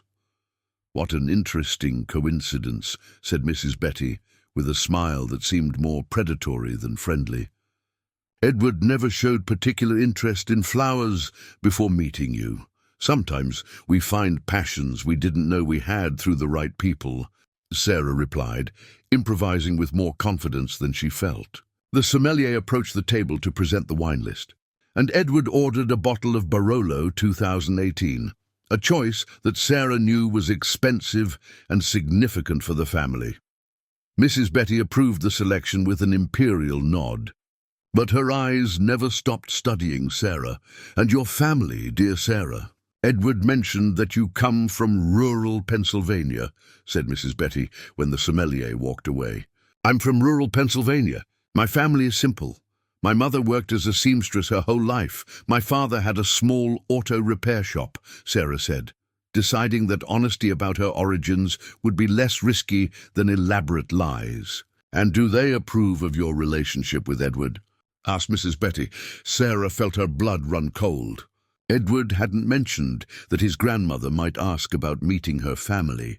"My mother was very happy when she learned I found someone special," Sarah said, technically true since her mother would be happy to know that Sarah had found financial stability. "And when can we meet her?" "It's important for me to understand where the woman who may become part of our family comes from," said Mrs. Betty. Edward quickly intervened. "Grandma, Sarah's mother is taking care of her father, who is not well. Traveling is complicated for her at the moment. Sarah admired Edward's quick improvisation, but realized that each lie was leading them into more dangerous territory. The dinner progressed through 4 elaborate courses, each accompanied by seemingly casual questions from Mrs. Betty that were, in fact, carefully constructed tests. She asked about Sarah's career plans after the birth of her daughter, her opinions on traditional versus modern education, and her understanding of the responsibilities of being a wife in an Italian business family. Sarah navigated the questions with increasing care, offering answers that were honest in spirit, if not always in specific details. She spoke about valuing tradition, but also embracing change, about the importance of raising children with solid values, but also with an open mindset, and about understanding that marriage is a partnership that requires commitment from both parties. The most tense moment of the night came during dessert, when Mrs. Betty asked a question that caught Sarah completely off guard. "Sarah, tell me, what do you love about Edward? Not the obvious things. His looks, his social position, his possessions. What do you love about his soul?" The question cut through all the lies and strategies, demanding an emotional truth that Sarah was not prepared to articulate. She looked at Edward, seeing nervousness in his eyes, and realized that this was the question that could destroy the entire facade if she couldn't come up with a convincing answer. Sarah took a deep breath and decided to respond with the only truth she had. "He listens to me," she said simply. "Not to agree or to impress me, but he really listens. He sees beyond the circumstances and understands who I really am. And there is a genuine kindness that she carefully hides, as if afraid of appearing vulnerable." Mrs. Betty studied Sarah's face for a long moment, then looked at Edward, who was clearly touched by the unexpectedly honest response. "And you, Edward? What do you love about this woman?" Mrs. Betty asked. Edward looked at Sarah and for a moment forgot he was playing a role. "Her strength," he said, his voice carrying raw emotion. "She faces every challenge with her head held high, works hard without complaining, and has a dignity that no circumstance can break. She reminds me of who I used to be before I got lost in all the expectations and responsibilities." The silence that followed was heavy with tension. Mrs. Betty looked between Sarah and Edward, as if she were reading a page written in a language she was learning to decipher. "Interesting," she finally said. "Very interesting." When they left the restaurant 2 hours later, Sarah felt as if she had run an emotional marathon. Edward accompanied her to the car in silence, both processing what had happened during dinner. "How do you think it went?" Sarah asked once they were safely inside the luxury car. "Honestly, I don't know," Edward admitted. "Grandma is impossible to read when she wants to be. But Sarah, that answer about what you said you love about me—" "It was true," Sarah interrupted before he could reconsider his words. "At least the part about you really listening. Not many people do that." Edward was silent for a moment, processing the admission. "And what I said about you was also true." As Edward drove Sarah back home through the illuminated streets of New York, both realized that something fundamental had changed during dinner. The lines between performance and reality had become dangerously blurred, and they began to question whether they still knew where the charade ended and genuine feelings began. 3 weeks passed since the dinner with Mrs. Betty, and Sarah had settled into a strange routine that oscillated between her real life at the flower shop during the day and her fabricated life as Edward's fiancée during the nights and weekends. The apartment Edward had rented for her in an upscale neighborhood was an intermediate world between her old reality in downtown and the intimidating luxury of Brooklyn, elegant but not ostentatious, comfortable but not opulent. It was a rainy Tuesday in December when everything began to crumble. Sarah was arranging a bouquet of white roses at the flower shop when Mr. Smith approached with a worried expression she had not seen before on his paternal face. "Sarah, there's a man here wanting to talk to you. Says he's a reporter," Mr. Smith said quietly, nervously glancing toward the entrance of the city market. Sarah's blood ran cold instantly. "Reporter? What kind?" Social column, from what I understand. Something about you dating that wealthy businessman, Mr. Smith said, his voice laden with worry and confusion. Sarah, what story is this? You haven't told me anything about a boyfriend. Sarah felt the world spinning around her. She had been so careful, so discreet, but apparently not enough. Mr. Smith, can I use the phone? It's urgent. With trembling hands, Sarah dialed Edward's number. He answered on the second ring, his voice professional and efficient as always. Edward, we have a problem. There's a reporter here at the flower shop asking about our relationship, Sarah said quietly, trying not to sound hysterical. What? How did he find out? Edward's voice immediately shifted from professional to alarmed. I don't know, but he knows where I work, knows about you. Edward, this is going to ruin everything, Sarah said, watching through the flower shop window as a man in his 40s with a camera hanging around his neck clearly waited for her. Sarah, don't talk to him. Don't confirm or deny anything. I'm coming to get you now, Edward said, and she could hear the sound of chairs being moved and keys being grabbed. You can't come here. If he sees you picking me up, it will confirm everything, Sarah said, trying to think quickly despite the panic. Then go out the back of the market. I'll meet you at Times Square in 20 minutes, Edward said, hanging up before she could protest. Sarah quickly explained the situation to Mr. Smith, who, despite his confusion, helped her discreetly exit through the back of the city market. As she hurried through the downtown streets, trying to blend in with the lunchtime crowd, her mind raced with terrible possibilities. How had a reporter found out about them? Who had leaked the information? Edward found her exactly where he promised, standing next to his luxury car with a grim expression that Sarah had never seen before. When she got into the car, he immediately took her hand, a gesture that had become natural between them over the past few weeks. Sarah, I need to tell you something, Edward said, his voice heavy with guilt. Alex called me this morning. He was strange, asking questions about you, about how we met. I think he might be behind this. Your cousin, why? Sarah asked, though she already suspected the answer. Because if our charade is exposed publicly, not only do I lose the inheritance, I lose all business credibility. Alex has always wanted my position in the company, and a scandal like this would be the perfect opportunity for him to replace me, Edward explained. Driving aimlessly through the congested streets of New York, Sarah closed her eyes, feeling the weight of the situation. Edward, maybe it's time to stop this, before it becomes a bigger scandal. No, Edward said with a firmness that surprised her. I won't let Alex destroy this, and I won't let you be harmed by my family issues. Edward, I signed up for this. I knew there were risks, Sarah said, though her voice carried less conviction than her words. Yes, but... Edward stopped the car at a red light and turned to look at her. Sarah, in the last few weeks, this has stopped being just an arrangement for me. Eduardo's phone rang before he could finish his sentence. The name Grandma appeared on the screen, and both instinctively knew that the news would not be good. Hello, Grandma, Eduardo answered, putting the phone on speaker. Eduardo Mateo Ross. Mrs. Betty's voice cut through the air of the car like a sharp blade. You have exactly 1 hour to come to my hotel with this. Sarah, we need to talk. Now. The line went dead, leaving a tense silence in the car.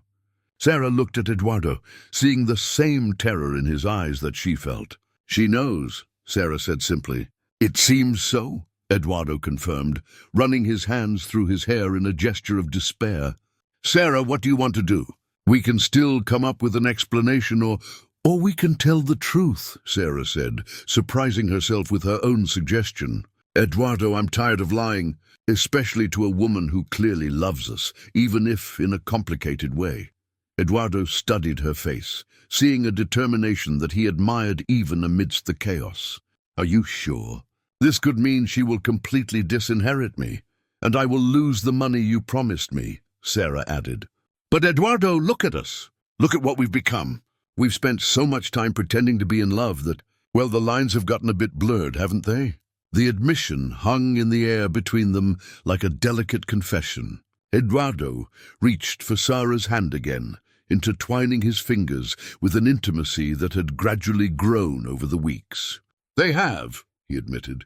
Sarah, regardless of what happens with Grandma, I want you to know that meeting her changed something fundamental in me. It reminded me of who I used to be before I got lost in all these family expectations. Sarah felt tears prick her eyes, a reaction that surprised her. Eduardo, I also feel something for you. Something real. But our situation is so complicated that I don't know how to separate what is genuine from what is convenience or necessity. Then let's figure it out, Eduardo said, his voice carrying a new determination.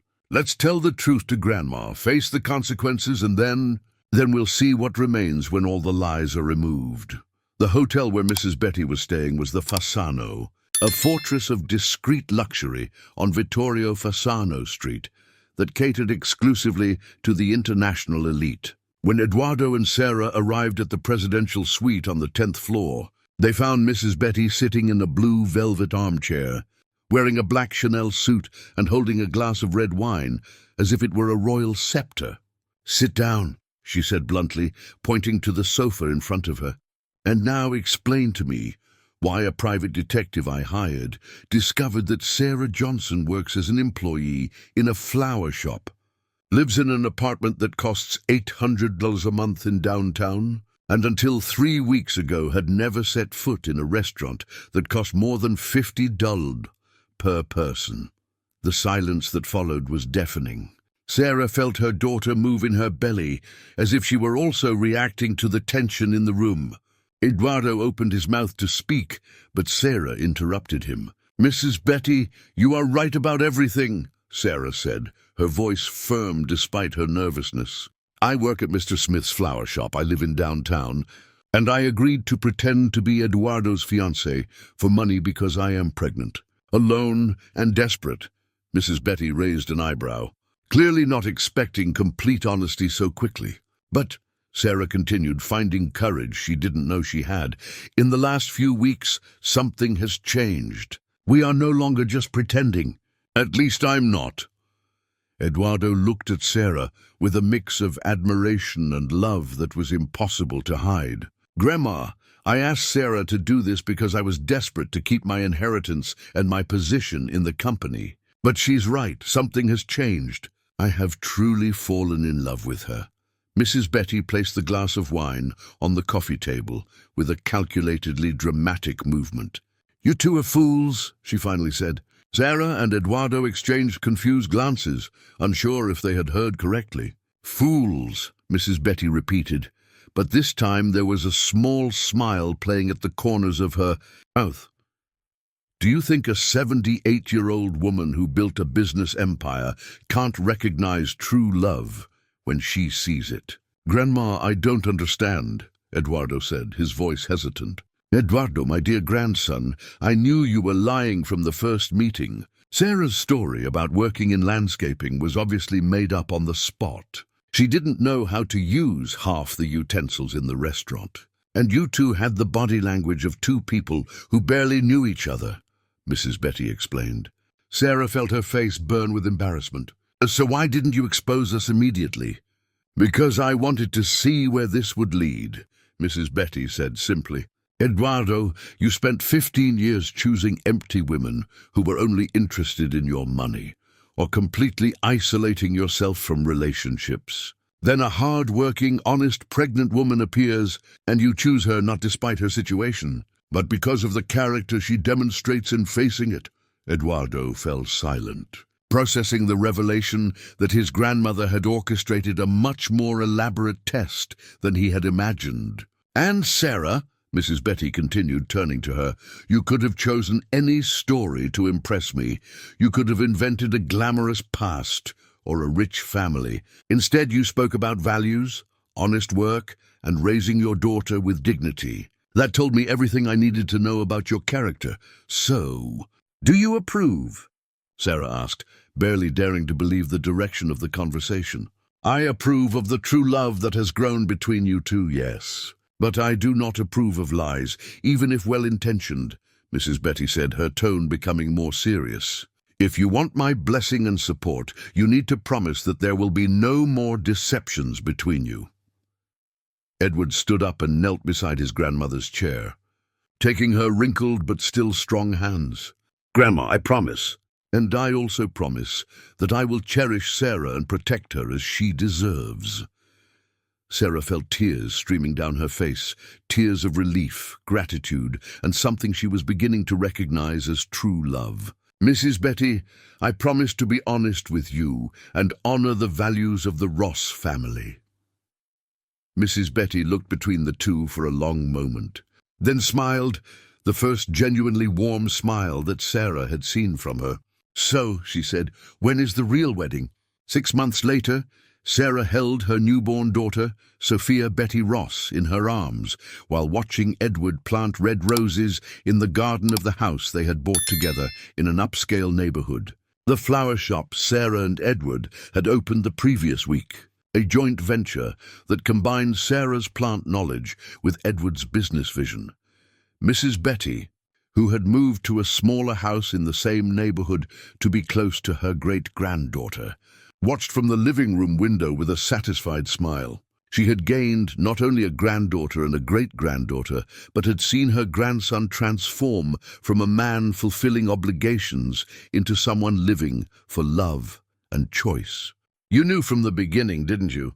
Sarah asked, sitting beside the matriarch with Sophia peacefully sleeping in her arms. "I knew you two had potential," admitted Mrs. Betty, "but true love cannot be forced or planned. It has to grow naturally, even if it needs a little push from fate."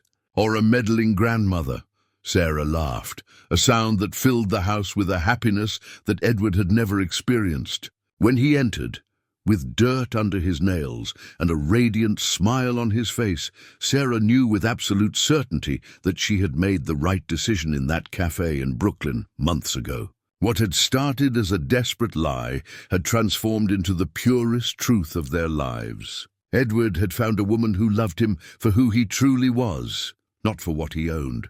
Sarah had found not only financial security, but a partner who valued her strength and shared her values. And Sophia would grow up knowing that sometimes the best love stories begin in the most unlikely places, between people who thought they were pretending, but discovered that their hearts knew the truth long before their minds accepted it.